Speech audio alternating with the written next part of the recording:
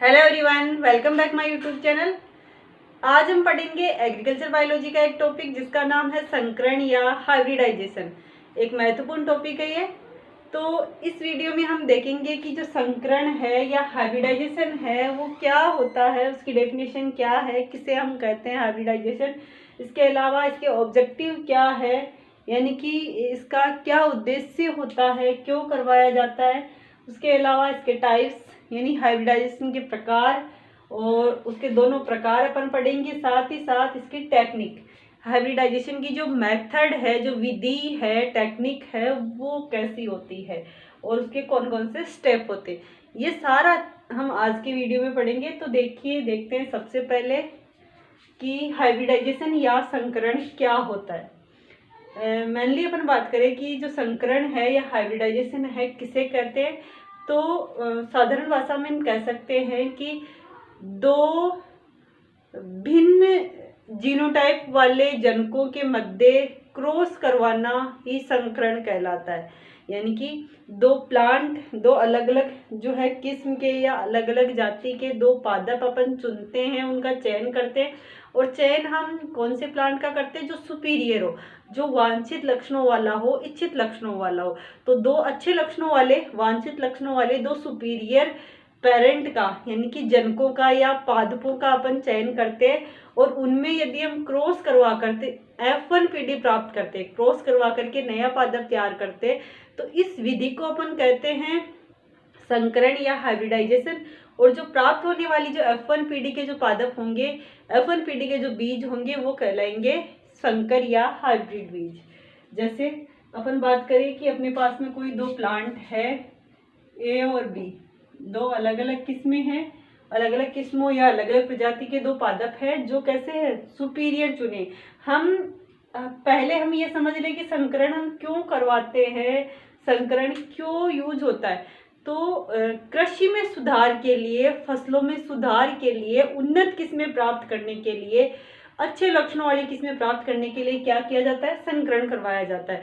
और अच्छे लक्षणों वाली किस्में प्राप्त करने के लिए हम संकरण कराएंगे तो हम पहले से ही ऐसे जनकों को चुनेंगे जो सुपीरियर हो। दो ऐसे जनक चुनेंगे, दो ऐसे पादप चुनेंगे जिनके कैरेक्टर सुपीरियर हो, यानी बहुत अच्छे कैरेक्टर हो, जिनमें वांछित कैरेक्टर जो हम लाना चाहते हैं अगली पीढ़ी में। इसमें जो दो जनक चुने जाते हैं अच्छे लक्षणों वाले, उनमें क्या कराया जाता है, क्रॉस करवाया जाता है। और उनमें क्रॉस कराने के बाद में जो नया पादप तैयार होता है, उस नए पादप में उन दोनों जनक पादपों के लक्षण हमें प्राप्त हो जाते हैं। तो हमें अच्छे लक्षण प्राप्त करने, तो हम पहले से ही कैसे अच्छे कैरेक्टर वाले प्लांट्स को ही चुनेंगे। तो हमने कोई अच्छे लक्षण वाले दो पादप चुने, ए और बी, और इन दोनों में हम क्या करवाते हैं, क्रॉस करवाते हैं। क्रॉस कराने के बाद में हमें क्या प्राप्त होता है, जो नई पीढ़ी प्राप्त होती है, यानी जो इनमें क्रॉस कराने से जो नया हमें बीज प्राप्त होगा वो F1 बीज कहलाएंगे। और ये F1 बीज क्या होंगे, AB, यानी कि इसमें दोनों के लक्षण होंगे। और ये F1 बीज जो AB है, इसको हम क्या कहते हैं, संकर बीज। क्या कहते हैं, संकर बीज। और ये क्या थे, ये थे इनके जनक। ये दोनों क्या थे, जनक थे। दो जनक लिए हमने, यानी दो पौधे लिए जो अच्छे लक्षणों वाले थे, सुपीरियर प्लांट थे, और उन दोनों में हमने क्या करवाया, क्रॉस कराया। तो जिन दो पौधों में क्रॉस कराया वो तो क्या थे, पेरेंट प्लांट थे, जनक पादप थे। और इनमें क्रॉस कराने से हमें नया जो इनमें क्रॉस करवाया, क्रॉस कराने के बाद में उनमें बीज बने, और जो बीज हमें प्राप्त हुए वो कौन से बीज है, F1 बीज। और इन्हें हम क्या कहते हैं, संकर बीज। क्योंकि जो इनमें क्रॉस करवा करके हमने बीज प्राप्त किए थे, जो क्रॉस करवाया हमने, इस प्रक्रिया को हम क्या कहते हैं, संकरण या हाइब्रिडाइजेशन। संकरण या हाइब्रिडाइजेशन के थ्रू ये हमें प्राप्त हुए, इसलिए क्या कहलाते हैं, संकर या हाइब्रिड बीज कहलाते हैं। अब इनको अपन उगाएंगे F1 पीढ़ी के रूप में। यदि हम इन्हें उगाएंगे तो उगाने के बाद में इनमें जो पौधे बनेंगे, उन पौधों में इन दोनों पौधों के लक्षण हमें देखने को मिलेंगे। तो ये तो था सामान्य कि संकरण क्या होता है। दो भिन्न, अब जो दोनों जो अलग अलग किस्म के हमने लिए हैं, भिन्न भिन्न पादप लिए हैं, तो दोनों में क्या होंगे, लक्षण अलग अलग होंगे। और लक्षण अलग क्यों है, क्योंकि दोनों का जीन प्रारूप, दोनों का जीनोटाइप अलग अलग है। तो दो अलग अलग या भिन्न भिन्न जीनोटाइप वाले पादप जनकों को चुन करके उनमें क्रॉस करवाने की जो प्रक्रिया है, क्रॉस कराने की जो विधि है, उसी को हम क्या कहते हैं, संकरण। और संकरण के द्वारा प्राप्त होने वाली जो संतति है उसे हम कहते हैं संकर या हाइब्रिड। अब इसको अपन बेसिकली देखें कि संकरण में करवाते क्या है या संकरण में होता क्या है। तो जो दो पादप चुने जाते हैं उनमें से किसी एक पादप के जो परागकण है, उन परागकणों को दूसरे पादप के वर्तिकाग्र पे डाल दिया जाता है। यानी कि क्या कराया जाता है, इसमें वांछित परागण कराया जाता है। हम जिस पादप के परागकण डालना चाहते हैं, अपनी ऐच्छिक परागण करवाते हैं, तो वांछित परागण करवाया जाता है। इससे जो पादप तैयार होते हैं वो कहलाते हैं संकर, और ये जो विधि है वो कहलाएगी संकरण। यानी क्या करेंगे, दो पादप लिए, इस एक पादप को हमने मेल माना और दूसरे को फीमेल। तो जिसको मेल माना उसके परागकणों को हमने लिया और इन परागकणों को हमने क्या कर दिया, बी पादप के वर्तिकाग्र पे डाल दिया। अब बी पादप के वर्तिकाग्र पे डालने से क्या हो गया, परागण हो गया। और परागण की प्रक्रिया संपन्न होने के बाद में इसमें जो बीज बनेंगे उसमें दोनों के कैरेक्टर होंगे, और ये प्रक्रिया क्या कहलाती है, संकरण। तो संकरण की डेफिनेशन क्या हो जाएगी, एक डेफिनेशन तो सामान्य डेफिनेशन अपनी ये कह सकते हैं कि दो भिन्न जीन प्रारूप वाले पादपों में क्रॉस करवा करके नए पादप तैयार करना क्या कहलाता है, संकरण। और जो नए पादप है वो कहलाते हैं संकर पादप। और दूसरी डेफिनेशन अपनी ये हो जाएगी कि दो भिन्न जीन प्रारूप वाले पादपों को चयन करके एक पादप के परागकणों से दूसरे पादप में परागण की क्रिया करवाना या वांछित परागण करवा करके नई संतति प्राप्त करना कहलाता है संकरण। और जो प्राप्त संतति होती है F1 संतति वो कहलाती है संकर या हाइब्रिड।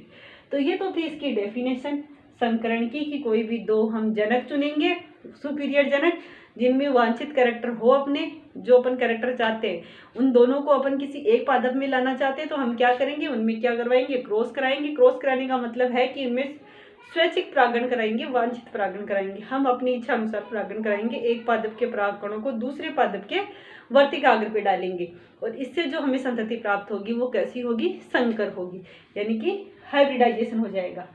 अब बात आती है कि हाइब्रिडाइजेशन का ऑब्जेक्टिव क्या है, यानी कि उद्देश्य क्या है। तो संकरण के जो उद्देश्य है वो क्या होंगे, अपने संकरण के जो उद्देश्य है दो होते हैं मेनली। पहला तो होता है संकर बीज प्राप्त करना। संकरण का उद्देश्य क्या होता है, संकर बीज प्राप्त करना। संकरण हम करवाएंगे तो हमारा उद्देश्य क्या है, हम संकर या हाइब्रिड बीज प्राप्त करेंगे। यानी हाइब्रिड बीज या संकर बीज क्या होगा, जिसमें दोनों जनकों के कैरेक्टर हो, दो अलग अलग वेराइटीज के कैरेक्टर हो। उसके अलावा दूसरा इसका जो उद्देश्य होता है वो होता है आनुवांशिक विविधता में वृद्धि करना। आनुवांशिक विविधता में वृद्धि करना। आनुवांशिक जो विविधता है वो भी इससे क्या होती है, बढ़ती है। आनुवांशिक विविधता में जो वृद्धि है वो भी किसकी वजह से होती है, संकरण की वजह से हो जाती है। तो ये इसके जो है उद्देश्य होते हैं जिसकी वजह से संकरण करवाया जाता है। आनुवांशिक विविधता में वृद्धि होगी, संकर बीज प्राप्त करेंगे, और मेन इन दोनों को मिला करके हम कह सकते हैं कि हम क्या चाहते हैं, संकरण हम क्यों करवाते हैं, वांछित गुणों वाली उन्नत किस्म प्राप्त करना चाहते हैं। वांछित गुणों का मतलब अच्छे लक्षणों वाली क्या प्राप्त करना चाहते हैं, उन्नत किस्म। उन्नत किस्म जो कि अपने लिए कैसी हो, आर्थिक रूप से अत्यंत उपयोगी हो, अच्छे लक्षणों वाली। चाहे वो कैरेक्टर कैसे भी हो अपने वांछित, यानी कि कीट रोधी हो सकते हैं, वो कैरेक्टर रोग रोधी हो सकते हैं, अधिक उत्पादन के लिए हो सकते हैं। तो वांछित गुणों को प्राप्त करने के लिए, एक उन्नत किस्म को तैयार करने के लिए हम क्या करवाते हैं, संकरण या हाइब्रिडाइजेशन। तो ये था डेफिनेशन कि हाइब्रिडाइजेशन क्या होता है और इसका उद्देश्य क्या है। संकर बीज प्राप्त करना चाहते हैं और आनुवांशिक विविधता में वृद्धि करना चाहते हैं, और दोनों को मिलाकर के हम यूँ कह सकते हैं कि हम उन्नत किस्म तैयार करना ही इसका सबसे इम्पोर्टेंट अपना उद्देश्य होता है। उसके बाद में बात करें कि जो संकरण है या हाइब्रिडाइजेशन है वो कितने प्रकार का होता है, टाइप्स ऑफ हाइब्रिडाइजेशन। तो हाइब्रिडाइजेशन जो है वो दो प्रकार का होगा, दो टाइप्स होते हैं इसके। एक तो होता है इंटरवेराइटल और दूसरा होता है डिस्टेंस हाइब्रिडाइजेशन। इंटरवेराइटल हाइब्रिडाइजेशन या अंतर प्रभेदी संकरण और दूसरा होगा डिस्टेंट हाइब्रिडाइजेशन या दूरस्थ संकरण। अब इंटर जहाँ पे वर्ड आता है, इंटर का मतलब होता है अलग अलग, डिफरेंट, और वेराइटल का मतलब क्या हुआ, किस्म, प्रभेद का मतलब है किस्म, अलग अलग। तो दो भिन्न किस्मों में, इसमें हम संकरण किसमें करवाते हैं, दो भिन्न किस्मों में। किस्में कैसी होगी, दो भिन्न किस्में होंगी, लेकिन उनकी प्रजाति कैसी होगी, एक ही होगी, प्रजाति एक ही हो। एक ही प्रजाति की जो दो भिन्न किस्में हैं, उन किस्मों में क्या करवाएंगे हम, क्रॉस करवाएंगे, तो उसे हम क्या कहते हैं, इंटरवेराइटल या अंतरप्रभेदी संकरण कहते हैं। अंतरप्रभेदी संकरण या इंटरवेराइटल हाइब्रिडाइजेशन किसे कहते हैं, जब दो भिन्न किस्मों में जो एक ही प्रजाति की हो, एक ही प्रजाति की दो भिन्न किस्मों में जब क्रॉस करवाया जाता है तो उसे हम क्या कहते हैं, इंटरवेराइटल हाइब्रिडाइजेशन कहते हैं या अंतरप्रभेदी संकरण कहते हैं। जैसे हम दो भिन्न किस्में, आप जानते हो कि एक ही जाति की दो किस्में, फॉर एग्जांपल अपन बात करें कि जैसे गेहूं है, अब गेहूं की बहुत सारी किस्में होती है। अपन पढ़ते हैं कि जैसे सोनारा है, सोनारा 64 है, कल्याण सोना है, सोनालिका है, लरमा रोहो, रिडले, ये सारी क्या है, गेहूं की विभिन्न किस्में। तो इन गेहूं की जो अलग अलग ही किस्में, लेकिन प्रजाति तो गेहूं है ना, व्हीट या गेहूं जो है उसी एक ही प्रजाति है और उसी की वो किस्में अलग अलग है। तो एक ही प्रजाति की दो किस्मों में अगर अपन क्या कराते हैं, क्रॉस करवाते हैं, तो उसे हम क्या कहते हैं, अंतरप्रभेदी या इंटरवेराइटल हाइब्रिडाइजेशन कहते हैं। अब बात आती है डिस्टेंट हाइब्रिडाइजेशन या दूरस्थ संकरण। तो डिस्टेंट या दूरस्थ संकरण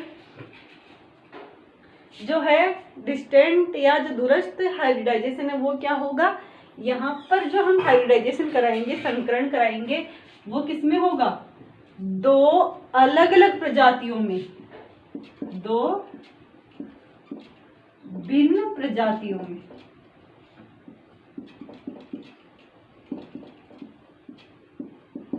यहाँ पर तो क्या था, एक ही प्रजाति की दो भिन्न किस्में थी, दो भिन्न किस्मों के अलग अलग, यानी कि एक ही जाति की दो अलग अलग किस्में हैं, उनमें से अपन एक एक पादप चयन करेंगे। दो जो पादप चयन करेंगे दो अलग अलग किस्मों के होंगे, पर उनकी जाति एक ही होगी। तो दो अलग अलग किस्मों के पादपों में हमने क्रॉस करवाया, तो उसको हम कह देते हैं इंटरवेराइटल। लेकिन डिस्टेंट या दूरस्थ जो संकरण है उसमें क्या करवाया जाता है, इसमें दो अलग अलग प्रजातियों के पादप चयन किए जाते हैं, यानी जिनमें संकरण होगा वो पादप क्या होंगे, दो अलग अलग प्रजातियों के होंगे। दो भिन्न प्रजातियों के पादपों में जब हम संकरण करवाते हैं, क्रॉस करवाते हैं, तो उसे हम क्या कहते हैं, डिस्टेंट या दूरस्थ संकरण।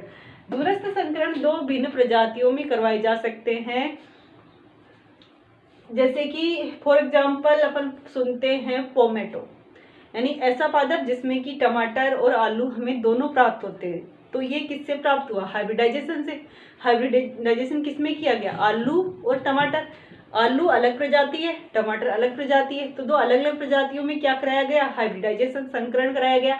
और जो नया पादप, जो संकर प्रजाति हमें प्राप्त हुई, वो क्या थी, पोमेटो। यानी जो संकर प्रजाति है उसमें हमें दोनों के कैरेक्टर मिल रहे।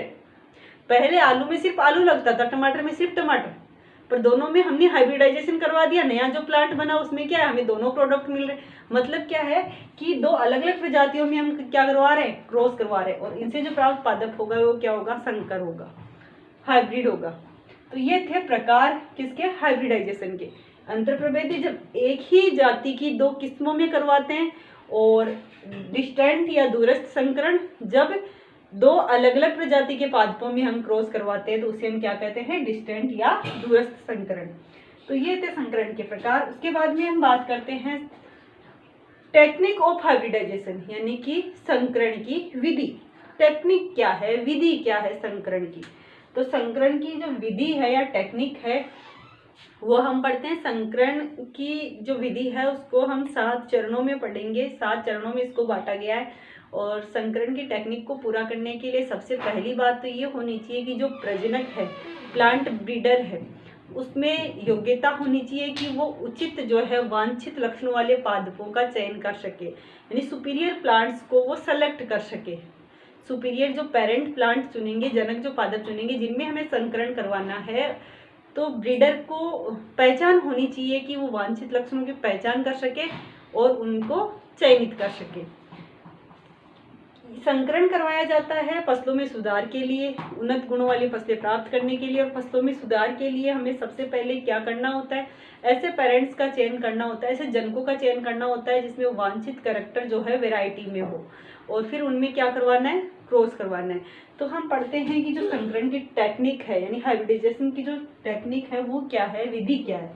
तो विधि को हम 7 चरणों में पढ़ेंगे, जिसमें सबसे पहली है जनकों का चयन करना, यानी कि सिलेक्शन ऑफ पेरेंट्स, यानी पेरेंट जो पादप है, जनक जो पादप है, उनका चयन करना। इसमें क्या किया जाता है, इसमें चाहे तो 2 अलग अलग किस्मों के हो सकते हैं या अलग अलग प्रजाति के हो सकते हैं, यानी एक ही जाति के 2 प्लांट हो सकते हैं जिनकी किस्में अलग हो, या फिर अलग अलग प्रजाति के 2 प्लांट हो सकते हैं। तो 2 ऐसे पेरेंट या जनक पादपों का चयन किया जाता है जिसमें जो है आवश्यक जो लक्षण है वो उपस्थित हो, यानी जिन लक्षणों को हम चाहते हैं नए पादप तैयार करना चाहते हैं, जिन लक्षणों का हम समावेश करना चाहते हैं, वो लक्षण जिन पादपों में हो, तो वांछित लक्षणों वाले 2 जनक पादपों का चयन किया जाता है। क्या किया जाता है, वांछित लक्षणों वाले 2 जनक पादपों का जो चयन किया जाता है उसी को हम क्या कहते हैं, सिलेक्शन ऑफ पेरेंट, यानी जनकों का चयन। उसके बाद में आता है, क्योंकि जो जनकों का चयन पे ही डिपेंड करती है संकरण की प्रोसेस। हम जिस प्रकार के लक्षणों वाले पेरेंट प्लांट का चयन करेंगे, सिलेक्शन करेंगे, उसी प्रकार के लक्षण जो है हाइब्रिडाइजेशन के थ्रू हमें प्राप्त होंगे। उसके बाद में दूसरा आता है जनकों का मूल्यांकन, यानी कि इवोल्यूशन ऑफ पेरेंट। इसमें क्या किया जाता है कि जिन पेरेंट्स या जनक प्लांट्स का हमने चयन किया है, सिलेक्शन किया है, उनको लगातार 1 या 2 वर्ष तक उगाया जाता है, और उगा करके उन कैरेक्टर्स को, लक्षणों का क्या किया जाता है, एनालिसिस किया जाता है, यानी लक्षणों को देखा जाता है उगा करके कि क्या वास्तव में जिन कैरेक्टर्स के लिए हमने इन प्लांट्स को चुना था वो इनमें है या नहीं है। तो लगातार 1 या 2 साल तक उगा करके उनको क्या किया जाता है, उनका विश्लेषण किया जाता है, उनका मूल्यांकन किया जाता है। तो जनकों के चयन में तो क्या करते हैं, वांछित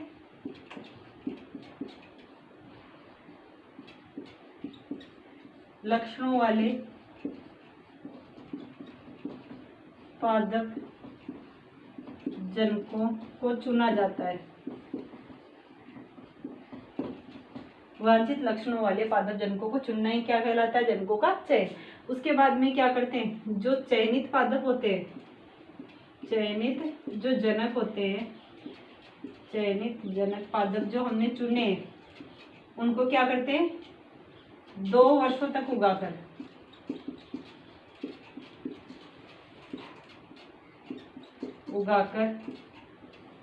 लक्षणों का क्या किया जाता है, उनमें जो लक्षण है, वांछित लक्षण, उन लक्षणों का क्या करते हैं, मूल्यांकन करते हैं, यानी कि उनको 2 वर्षों तक लगातार उगाते हैं और उगा करके उनके लक्षणों को देखते हैं कि उनमें जो वांछित कैरेक्टर है वो उपस्थित है या नहीं है। उसके बाद में आता है, तीसरा होता है विपुंसन। विपुंसन या इमैस्कुलेशन या विपुंसन में क्या करते हैं, जो हमने अब लास्ट में क्या कर लिया, मूल्यांकन के थ्रू लास्ट में हमने जनकों को सेलेक्ट कर लिया। पहले हमने जनकों को चुना, फिर उनका मूल्यांकन किया, और मूल्यांकन में अपने जनक जो है वो वांछित कैरेक्टर वाले हमें मिलते हैं। तो वांछित कैरेक्टर वाले उन जनकों में से हम उन पादपों में से एक को नर पादप के रूप में मान लेते हैं और दूसरे को मादा पादप मानते हैं। अब जिसको हमने नर पादप माना है, उस नर जनक पादप में जब फ्लावर आ जाते हैं और फ्लावर जब मैच्योर होने लगते हैं, तो जो उसके पुंकेसर है, पुंकेसर को परिपक्व होने से पहले ही स्त्री केसर को क्षति पहुंचाए बिना चिमटी की सहायता से या फिर अन्य किसी उपकरण की सहायता से हटा दिया जाता है, और इसी प्रक्रिया को कहा जाता है विपुंसन। विपुंसन क्या होता है, जो नर जनक है, मादा जनक, एक को हमने नर जनक मानना है और दूसरे को मादा जनक, और जो मादा जनक है, मादा जनक से परिपक्व होने से पूर्व पुंकेसरों को पुंकेसरों को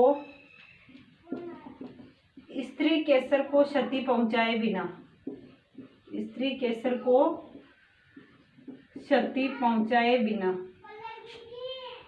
क्षति पहुंचाए बिना चिमटी की सहायता से हटा देना, चिमटी की सहायता से हटा देना क्या कहलाता है? विपुंसन कहलाता है। विपुंसन में क्या करते हैं? सबसे पहले यहाँ से देखो, जनकों का चयन में हमने क्या किया? ऐसे पादपों का चयन किया जिनमें वांछित कैरेक्टर थे, जिनमें हमें संकरण कराना है, यानी जो अपने पास में पादप किस्में थी उनमें से ऐसे पेरेंट यानी जनक पादपों का चयन कर लिया जो वांछित लक्षणों वाले थे, जिनमें हमें संकरण कराना है। उसके बाद उनको लगातार 2 वर्षों तक उगाया और उगा करके उन लक्षणों का विश्लेषण किया कि वास्तव में जो वांछित लक्षणों वाले पादप हमने चुने हैं वो उनमें उपस्थित है या नहीं है, यानी वांछित लक्षणों का होना हमने सुनिश्चित कर लिया। उसके बाद में जो मूल्यांकन में हमने उत्कृष्ट पादप जो अपन ने उत्कृष्ट जो जनक चुने थे वो सुनिश्चित होने के बाद में उनमें से किसी एक जनक को हमने मादा जनक के रूप में और दूसरे को नर जनक के रूप में माना, और जो मादा जनक है उस मादा जनक से क्या किया? परिपक्व मैच्योर होने से पहले ही, परिपक्व होने से पहले ही जो पुंकेसर है उन पुंकेसरों को स्त्री केसर को क्षति पहुंचाए बिना चिमटी से हटा दिया, यानी कि मादा पुष्प से, यानी कि कोई भी एक जनक जिसको हमें मादा मानना है, तो एक पुष्प से, एक पादप से क्या किया हमने? एक पादप के पुंकेसरों को परिपक्व होने से पहले ही स्त्री केसर को नुकसान नहीं होना चाहिए, स्त्री केसर को क्षति पहुंचाए बिना उन पुंकेसरों को हमने क्या किया? चिमटी से हटा दिया, यानी उनको चिमटी से हटा देना ही क्या कहलाता है? विपुंसन कहलाता है। पुंकेसरों को परिपक्व होने से पहले ही स्त्री केसर को क्षति पहुंचाए बिना चिमटी की सहायता से या अन्य उपकरण की सहायता से हटा देना या फिर उसके जो परागकण है उनको नष्ट कर देना क्या कहलाता है? विपुंसन कहलाता है। तो अब उसमें क्या हो गया? विपुंसन के बाद उस पुष्प में, उस फ्लोर में केवल जो मादा भाग है वही उपस्थित है, उसमें नर भाग नहीं है, यानी कि उसमें स्वपरागण नहीं हो सकता। उसी पादप के जो परागकण है उसी पादप के जो पुष्प के मादा भाग तक नहीं पहुंच सकते, यानी परागण की क्रिया उसी पादप में नहीं हो सकती। हम चाहते हैं इच्छित परागण करना। संकरण का एम ही यही होता है कि परागकणों को उस पादप पे डाला जाए जो हम चाहते हैं, तो वांछित परागण की क्रिया करवानी है। तो यहाँ पर पुंकेसर को हटा दिया। उसके बाद में क्या करना है? जिस पुष्प के जो परागकण पुंकेसर को हमने हटाया है, यानी सिर्फ उसमें मादा भाग बचा है, तो उस पुष्प को बाद में क्या करेंगे? बैंगिंग करेंगे। बैंगिंग का मतलब है कि उस पुष्प को बटर पेपर या पॉलीथीन की थैली से ढक करके बांध दिया जाएगा। तो पुष्प को विपुंसन के बाद विपुंसित पुष्प को बटर पेपर या पॉलीथीन की थैली से ढक करके बांध देना क्या कहलाता है? बैंगिंग या थैली लगाना, यानी उस पर थैली लगा देंगे हम, थैली से उसको बांध देंगे ढक के। वो बटर पेपर या पॉलीथीन की कोई भी थैली है उससे उस पुष्प को जिसमें हमने विपुंसन किया उससे बांध देंगे, तो उसे हम क्या कहेंगे? बैंगिंग या थैली लगाना। ऐसा हम क्यों करते हैं? हमने उस पुष्प के पुंकेसरों को तो हटा दिया, तो स्वपरागण तो उसमें नहीं होगा, लेकिन खुला अगर पुष्प रहेगा तो कीटों के द्वारा, हवा के द्वारा किसी दूसरे पुष्प के परागकण भी तो उस पर आ सकते हैं, यानी कि उसमें परागण की क्रिया फिर भी संभावना रहती है कि हो जाए। तो ऐसी स्थिति से बचने के लिए हम क्या करते हैं? उस पर बटर पेपर या पॉलीथीन की थैली बांध देते हैं ताकि उसमें दूसरे किसी पुष्प से भी परागण की क्रिया ना हो। उसके बाद में आता है टैग लगाना। टैग लगाना में क्या करते हैं? जो विपुंसन किया है उस पुष्प पे क्या करते हैं? एक जो है सूचना अंकित करने के लिए एक टैग लगा दिया जाता है और उस टैग पर कुछ जो है सूचनाएं लिखी जाती है उसके बारे में। और वो सूचनाएं क्या होती है कि इसका विपुंसन कब किया गया, यानी विपुंसन, उस पर कुछ विशिष्ट सूचनाएं लिखते हैं। और वो सूचनाएं क्या क्या लिखते हैं? एक तो लिखते हैं विपुंसन की तिथि कि विपुंसन कब किया गया, उसके बाद परागण की तिथि कि इसमें परागण कब किया गया, परागण की तिथि, उसके अलावा नर और मादा जो जनक है उनके नाम, यानी वो किस किस्म के हैं, उनके क्या नाम है। नर और मादा जनकों के नाम लिखना, विपुंसन की तिथि और परागण की तिथि, ये सारी सूचनाएं जो विपुंसित पादप पर हम अंकित करते हैं उसी को कहा जाता है टैग लगाना। उसके बाद में आता है परागण या पोलिनेशन।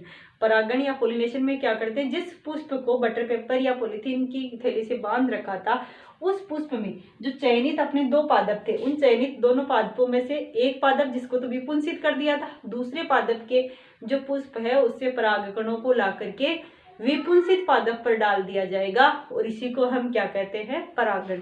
यानी कि चयनित जनक में से नर जनक पादप के परागकणों को विपुंसित पादप के वर्तिकाग्र पर डालने की प्रक्रिया ही क्या कहलाती है, परागण।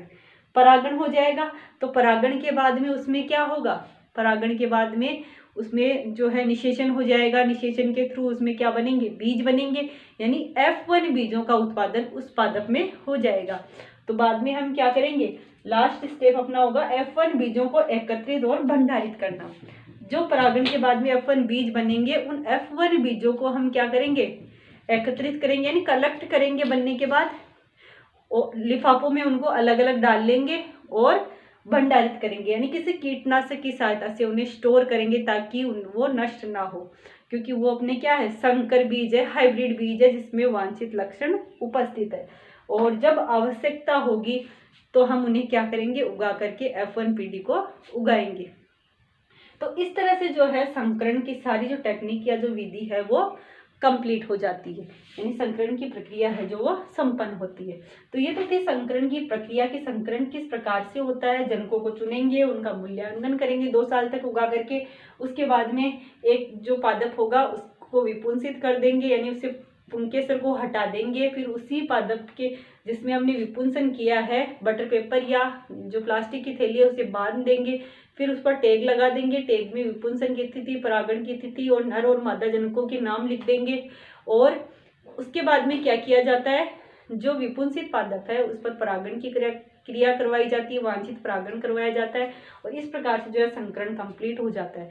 वांछित परागण से जो प्राप्त F1 बीज होते हैं उनको एकत्रित करके लिफाफों में और कीटनाशक की सहायता से भंडारित कर दिया जाता है। तो ये सारी प्रोसेस थी अपनी हाइब्रिडाइजेशन की, यानी संकरण की। अब जो संकरण है, संकरण के द्वारा जो प्रजनन की जो विधियां है वो 4 प्रकार की होती है और वो 4 प्रकार की विधियां होती है वंशावली विधि, पुंज विधि, प्रतीप संकरण विधि और बहुसंकरण विधि। तो आज की वीडियो में इतना ही। नेक्स्ट वीडियो में हम पढ़ेंगे संकरण के द्वारा प्रजनन की जो विभिन्न विधियां हैं उनको। Thank you watching for my video. मिलते हैं नेक्स्ट क्लास में।